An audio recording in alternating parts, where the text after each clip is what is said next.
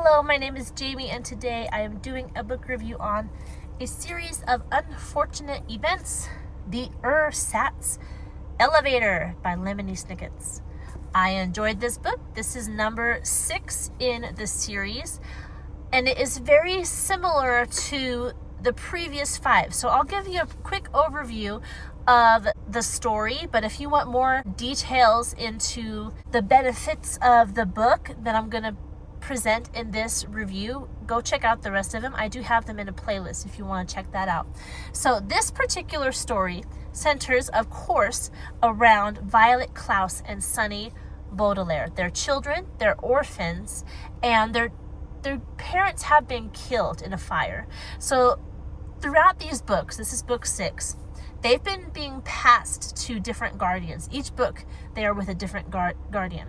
And the reason they keep being passed around is because they're being pursued by the villain, Count Olaf. He wants the Baudelaire fortune. So in the first book, he pretended to be a guardian, and they were actually put with him. And when they found out that he was evil, they were taken out of his care, and ever since then, they've been put in different houses. All the while, Count Olaf is following behind them, trying to trap them and trying to get their fortune. So in this book, they are living with Jerome and Esme, a husband and wife. And Jerome and Esme are incredibly rich. They live on the top floor of this high-rise building. The penthouse is huge, like ridiculously huge, not even logical huge. When you're reading the book, it'll talk about like the hundreds and hundreds of rooms, and obviously there can't be that big of a place on top of a building, like in a penthouse, but it adds to the humor of the book. It's a running joke throughout the whole book. They're constantly looking through the multiple kitchens or the multiple bathrooms or the hundreds of bedrooms for certain things, and they have a time trying to find the front door of the apartment. So it's just part of the humor of the book is that Jerome and Esme live in this humongous apartment. At the beginning of the last book, their friends, the Quagmires, were stolen by Count Olaf. So they are trying to find the Quagmires. They're a couple of kids who are also orphans and who also have a fortune, but are their friends. So that part of book 5, the story of book 5, continues in this book while they are trying to find the Quagmires. And the Ersatz elevator, the reason why it's called the Ersatz elevator, I don't want to say, because I don't want to give it away if you're going to read the book. So you'll have to figure out what that is, what Ersatz even mean, because even knowing what the word Ersatz means is kind of a spoiler for the book. So if you don't know what Ersatz means, hey, you can go look it up, but I'd encourage you to read this book because it's a lot of fun. Outside of the story, something that has been woven through the series that I always mention in these reviews is the learning that comes with reading these books. Lemony Snicket puts in words and phrases, not just words, and he defines them in the book in a way that's kind of sneaky, so you don't think you're reading like a dictionary. But the characters will then use that word multiple times so that the reader, especially if it's a kid, gets to know that word. And obviously, Ersatz is one of the words in this book that is defined for the reader. So I always appreciate that in all of these books, because it just shows you that Lemony Snicket, there's no S, Lemony Snicket, that he cares about the education of the people who's going to be reading his book. That he's geared this story towards younger people, children, and he wants to teach them along the way.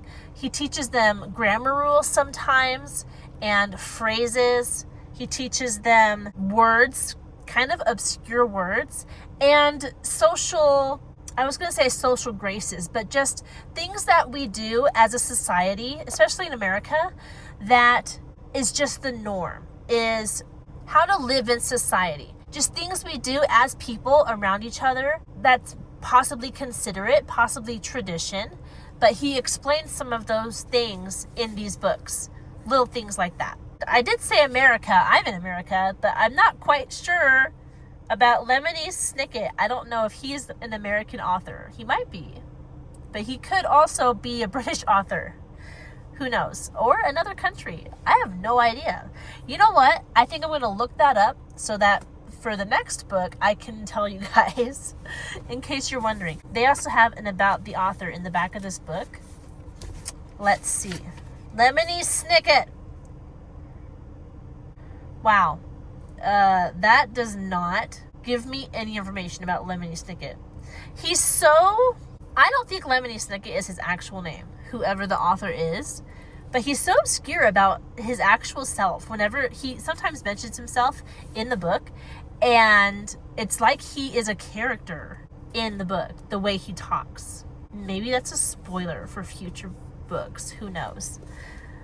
Anyway, I like this series. I always enjoy when it's time to pick one up. I know there's a lot of time in between when I read these books, just because I'm reading a lot of other books. But whenever I want to slow down and to just read something fun that is not too heady, but just something I can have fun with, I'll pick up one of his books because they are a lot of fun. And as an adult, they're not difficult for me, so it's just a relaxing read. As far as reading level, I looked it up and they said around 6th grade. I would even say 5th graders could read this book. They're not hard. And they're very witty and fun. So if you have a 5th grader who loves reading, I think these books would be fine for them. Really quick, the pages. The number of pages in this book are 259. It was published in 2001, and there are illustrations. Let me find some of those for you. Here's the first one that looks like a tree, a dark tree, which is part of the story, obviously.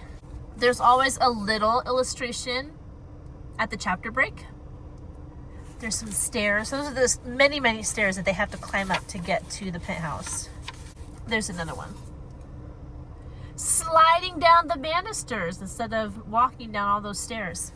So most of the illustrations are on the chapter breaks, but every once in a while you'll have a full page illustration just in the middle of the chapter. But I'm not finding many of the full page ones as I'm looking right now. I do like the illustrator for this book. The illustrator's name is, if I can find it real quick, Brett Hellquist. He does a really good job. I think he's been the same illustrator for all the series of Unfortunate Events books, and he does a really good job. Here's another full page illustration at the very end of the book. There's no spoilers in that one, but it is a good looking picture. So there you go. The Ersatz elevator. Lots of fun. If you have any questions about this book, don't forget to leave them in the comment section below. If you want to see more content like this, don't forget to like this video and subscribe to this channel, and I will see you in our next one. Goodbye.